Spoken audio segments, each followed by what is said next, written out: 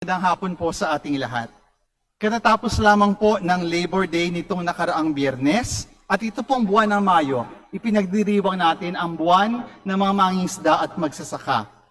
Bilang pagkilala sa sakripisyo ng ating mga manggagawa, yan man po ay nasa kanayunan o nandito sa atin sa mga syudad, gusto ko pong bigyan diin ang maalat na realidad ng mga mangingisda sa Pilipinas. Kasama po natin ngayon sa plenaryo ang ating matatyaga at magigiting na mga fisher folk mula sa NGO for Fisheries Reform or NFR, ang Tambuyok Development Center, ang Oceana Philippines, ang Pambansang Katipunan ng mga kasamahan sa Kanayunan or PKSK, Katipunan ng mga kilusan ng mga artisano mangingisda sa Pilipinas, ang Kakampi, at National Anti-Poverty Commission, Artisanal Fisherfolk Sectoral Council, Basic Sector. Mr. Speaker, ang ating pong mga kababayang mangingisda ang pinakamahirap na batayang sektor sa ating bansa. Ayon sa Philippine Statistics Authority, pumalo ang kanilang poverty incidence sa 30.6%. Ibig sabihin, isa sa bawat tatlong mangingisda ay kumikita ng mas mababa pa sa 462 pesos kada araw. Inuulit ko po, 462 pesos para sa pamilya na 5 ang miyembro. Nakapanlulumong isipin na kung sino pa ang naglalagay ng pagkain sa ating mga hapag, sila pa ang nalulunod at tinatangay ng alon ng kahirapan. Their poverty was never the will of the ocean. It was never the desire of our rich marine life. Ang Pilipinas ang isa sa may pinakamasaganang yamang dagat sa mundo. We are the epicenter of the global marine biodiversity. Tayo ang isa sa largest fish producers worldwide.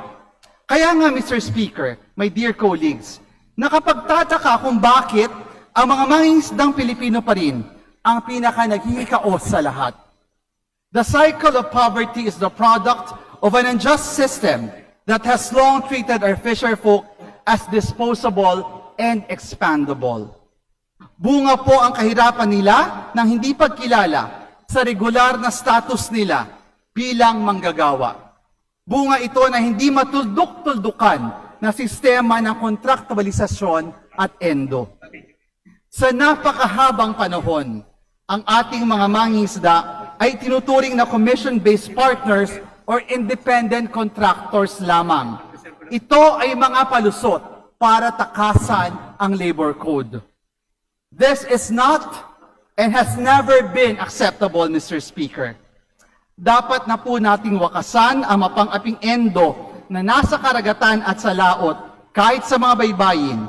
Ang di mapang-aping endo na ito sa ating mga karagatan, ang tawag po natin dito ay endo sa ating pong mga mangingisda. Today, Akbayan Reform Block files Batas Alon Bill na naglalayong gawing regular na empleyado ang ating mga fisherfolk at fish workers. Bibigyan natin ng security of tenure ang ating mga mangingisda kasama ang mga buseros at ang mga batilyos. Magkakaroon sila ng guaranteed wage. Magiging obligado ang mga employers na bayaran sila ng minimum wage sa panahon ng zero catch or low yield. Sa mga panahon na walang laman ang lambat, hindi sila uuwi na walang laman ang kanilang mga bulsa at walang ulam ang kanilang mga anak. Bilang mga regular na empleyado, magkakaroon din sila ng SSS, PhilHealth at Pag-ibig. Mr. Speaker, my dear colleagues, ang ating panukalang batas ay pagtupad sa ILO Convention 188 or Work and Fishing Convention in 2007. Almost 20 years na pong obligasyon ito at 20 years na rin po nating dinededma. Habang buhay na po tayo nagiging manhid sa kalagayan ng ating mga fisherfolk at fish workers. Panahon na po para itigil ang forced labor at debt bondage na lumulunod sa kanila sa kahirapan. Panahon na para magpasa tayo ng isang batas na magbibigay ng tunay na seguridad sa ating mga manggagawa araw-araw na nakikipagsapalaran sa batas ng mga alon. Mr. Speaker, my dear colleagues, ang bawat kamay na humihila ng lambat ay ang mismong kamay na nagpapakain sa ating bayan. Ang mga kamay nila ang tumitiyak na hindi lumulubog ang ating ekonomiya at hindi kumakalam ang sikmura ng maraming pamilya. Deserve nilang hindi kabahan kung may trabaho ba sila bukas o wala.